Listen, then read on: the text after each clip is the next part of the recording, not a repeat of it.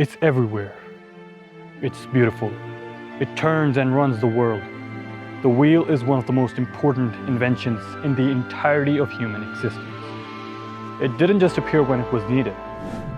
Humans have suffered the friction of Earth for thousands of years, until somewhere on this planet, someone couldn't take it anymore and decided it was time to make the most of humanity. When we go back in time and look at the greatest inventions of man, it's clear that humans tried to mimic or get inspired by nature and build something so they could put it into their own use. Some piece of wood was seen floating on water, and it eventually gave us the idea to use it as a source of transportation on large bodies of water. The concept of wings for flight was provided by birds. Heck, we even stole fur from animals to use as protection from cold. But when it comes to moving on land or rolling, there's absolutely nothing in nature that could have possibly allowed us to mimic it, except of course walking or crawling. No wonder the most practical wheels date back just a couple of hundred years. The wheel has come a long way, not satisfying practicality but with the human ingenuity. But who really came up with the idea of it? Many archaeologists who have worked on this agree that the first wheel came out in the Mesopotamian civilization in 3200 BC. They used the wheel not for transportation, but for pottery.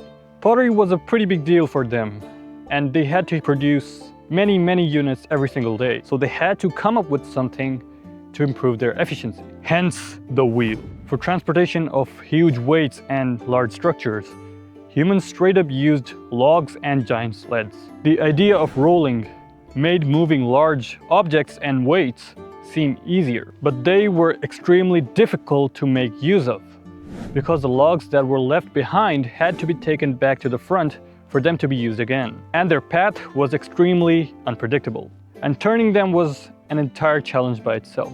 However, people in many other parts of the world chose giant sleds.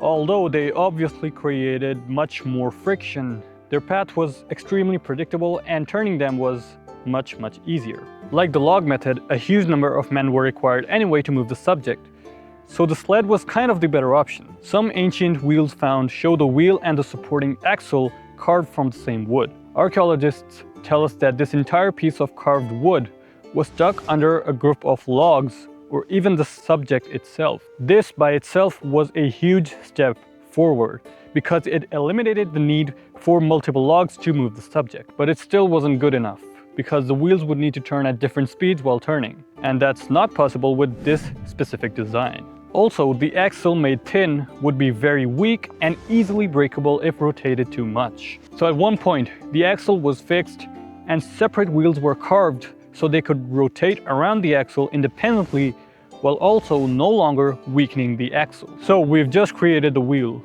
but this wheel is essentially just a giant slice of a log. So it was pretty heavy and very inconvenient to move around. This is where the Greeks decided to step in. They cut 3 pieces of wood slices in such a way that they created a circle when put together. They secured these pieces with more wooden planks placed perpendicularly to them with a hole right in the center. This type of wheel was pretty strong and lightweight at the same time. Our wheel is now significantly improved, but the ancient Egyptians are the ones who really took this to another level. They needed to go faster with their chariots, and the only way to do that was by removing as much weight as possible until you were left with just enough material to support the structure of the wheels and the load on them. This is the idea that created the spokes. Most of the wheel was hollow, but still strong enough to handle speeds and weight. This was done a little over 1,000 years after the creation of the first wheel. We've made it half the way to making our modern wheel. But the problem with this spoked wheel is that it keeps wearing out. As the wheel is used, it slowly chips away until it's completely useless. So these wooden wheels would have to be changed pretty often. And this problem was taken care of by the Celts, another 1,000 years after the invention of spokes. They took long strips of metal and wrapped it around the wooden wheel. That's it. That's how the wheel's lifespan was increased, and it somehow took another 1,000 years. Now the wheel that is strapped around with a metal strip is pretty long-lasting and convenient, but it's not comfortable to ride with, and it won't be dealt with for another 3,000 years. In the early 1800s, there were bicycles roaming around with solid rubber tires, but they were nowhere near comfortable. They just absorbed small sudden shock. In 1847, Robert William Thomson proposed the idea of a pneumatic tire. The air inside the tires would get compressed on shocks, providing a drastically smoother ride. But of course, they were nowhere near what a suspension does. 40 years later, in 1888, an Irishman named John Boyd Dunlop changed everything. He created the first pneumatic tire for his son's tricycle. The effect that it had on the ride was obvious, and the solid rubber tires that powered the streets of Europe were eventually replaced. We've almost made the perfect wheel, but the tires have still a long way to go. But that's not the purpose of this video. Our question was, who made the first wheel? So here's the thing. The wheel wasn't invented by some genius sitting inside a lab. It was built out of practical necessity. So we have those rolling logs, turntables from Mesopotamia, and there's one more thing. Around 3900 BC, copper miners inside Carpathian Mountains needed to move ore efficiently, and they figured out that round things roll quite easily. Archaeologists have found evidences of small clay vessels that could move on their own, and the miners adapted that principle into actual wheels for transport. From there, the Sumerians refined it, other civilizations picked it up independently, and what started as a miner's workaround became one of humanity's most fundamental inventions. So here's how those wheels came into being. Logs are pretty much the foundation of what we know as wheels. What these Carpathian miners did was they added sockets at the bottom of their containers that moved the ore.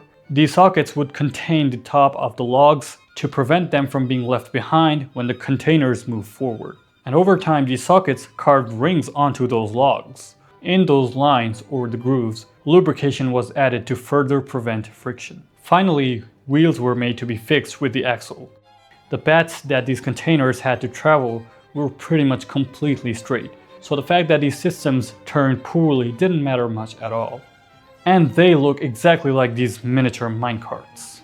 Over 150 clay models have been found in the Carpathian Mountains. That's the smoking gun evidence. So this Carpathian miners theory predates the Mesopotamians by 200 to 300 years. So I guess we have found the answer to our question. So I guess you've learned something new today. If you did, please leave us a like and some comments on what you think about these theories. Stay safe and thank you for watching.